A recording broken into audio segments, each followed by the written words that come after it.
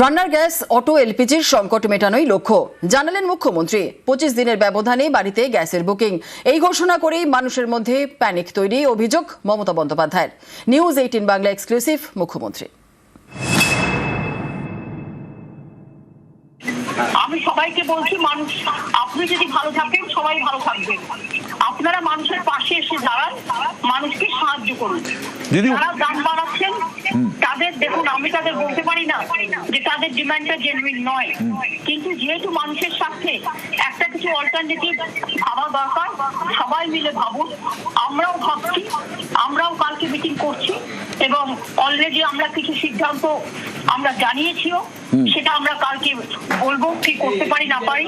আমি যখন দরকার হয় সাহায্য করতে পারি, আমার টাকা নেই তা সত্ত্বেও, কিন্তু আমাদের তো সেন্ট্রাল গভর্নমেন্ট টাকা দেয় না, কিন্তু আমরা টাকা দিলেও যে গ্যাসটা পাবো তার তো না কোনো গ্যারান্টি নেই। টাকা দিয়ে গ্যাস পাওয়া যাবে না, তার কারণ গ্যাসের সাপ্লাইটাই বন্ধ হয়ে গেছে। ইতিমধ্যে আমাদের যে রাজ্যগুলো থেকে খবর আসছে, উত্তরবঙ্গের অবস্থা সব থেকে শোচনীয়, কারণ উত্তরবঙ্গ একটু প্রত্যন্ত জায়গায়, যেহেতু সেখানে প্রতিটা মানুষ যে বুকিং করতে পারতেন ফোনে, সেখানে ফোনে কেউ বুকিং করতে পারছে না। সমস্ত গ্যাসের দোকানের সামনে লাইন পড়ছে সাধারণ মানুষের, সবাই আতঙ্কিত হয়ে পড়েছেন। এর জন্য গভর্নমেন্ট অফ ইন্ডিয়া দায়ী। কেন তারা অ্যানাউন্স করেছে যে 25 দিন আগে পাবে না? এই যে অ্যানাউন্স করেই তো এই হোর্ডিং এর ব্যবস্থা করে দিয়েছে।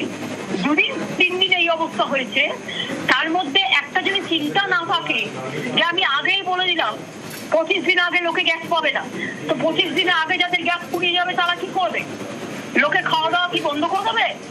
দেখুন, যুদ্ধ থামা বা না থামা তো কারোর হাতে নেই। যুদ্ধ কবে থামবে কেউ জানে না। সেই অবস্থায় যুদ্ধের কথা বলে নয়, তাহলে কি ইন্ডিয়াতে গ্যাস সাপ্লাই পর্যাপ্ত পরিমাণ নেই? আমাদের গ্যাস সাপ্লাই কোথায় গেল? আমাদের গ্যাস সাপ্লাইয়ের যে চেন, সেই চেনটা কোথায় গেল?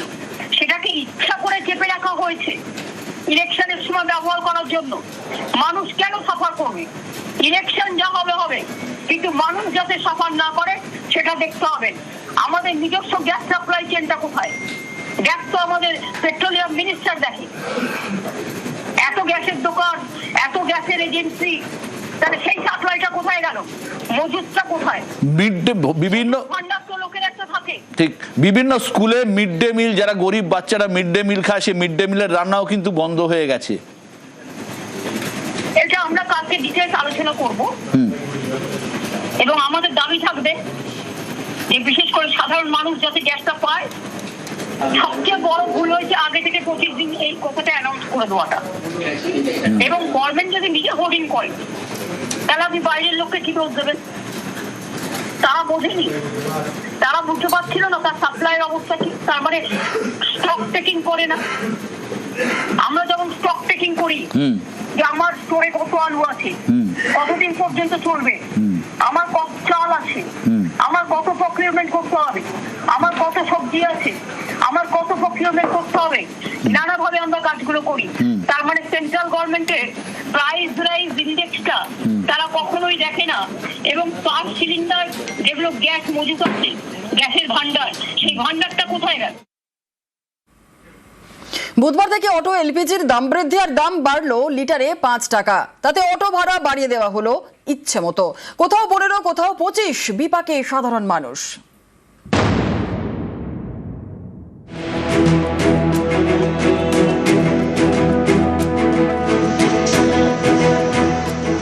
বুধবার অটোর এলপিজির দাম বেড়েছে লিটারে 5 টাকা। এর জন্য অটো ভাড়া বাড়িয়ে দেওয়া হলো 25 টাকা। একেবারে ঝোপ বুঝে কোপ।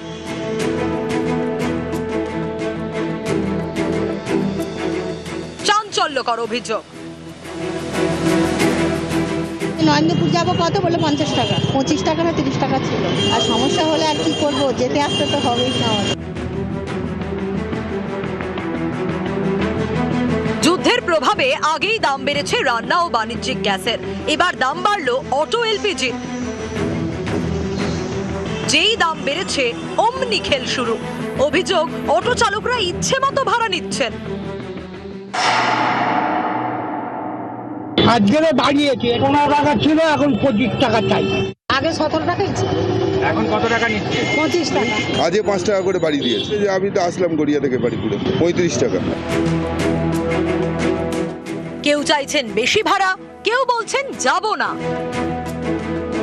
ড্রাইভার বলতেছে পেট্রোল পাওয়া যাচ্ছে না, এমনি আমরা যাই 30 টাকা করে ভাড়া। এখন আমরা কামালগাজী অবধি যাব, গড়িয়া অবধি যাব না।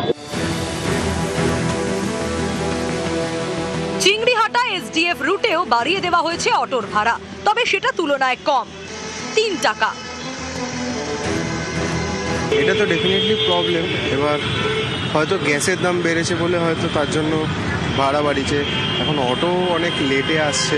আমরা যেখানে মোটামুটি 5-10 মিনিট দাঁড়িয়ে আমরা পেতাম, এখন সেটা 15 মিনিট তো মিনিমাম লাগে, 15 মিনিট। দিনে 6 টাকা করে বেড়ে গেছে। হ্যাঁ হচ্ছে, কিছু করার নেই তো, যেতে হবে। বাস হলে অনেকটা ঘুরে ঘুরে যেতে হয়, অটো হলে তাড়াতাড়ি যাওয়া যায়। উল্টোডাঙ্গা শোভাবাজার এবং উল্টোডাঙ্গা সল্টলেক রুটেও অটো ভাড়া বাড়ানো হয়েছে 5 টাকা করে। ভাড়া লিছে 30-25 টাকা লিছে, এখন 30 টাকা লিছে। অসুবিধা তো হবেই, যাতায়াতের দিন রাত আসছে, আমাদের তো হেঁটে আসলে পারবো না নিয়ে।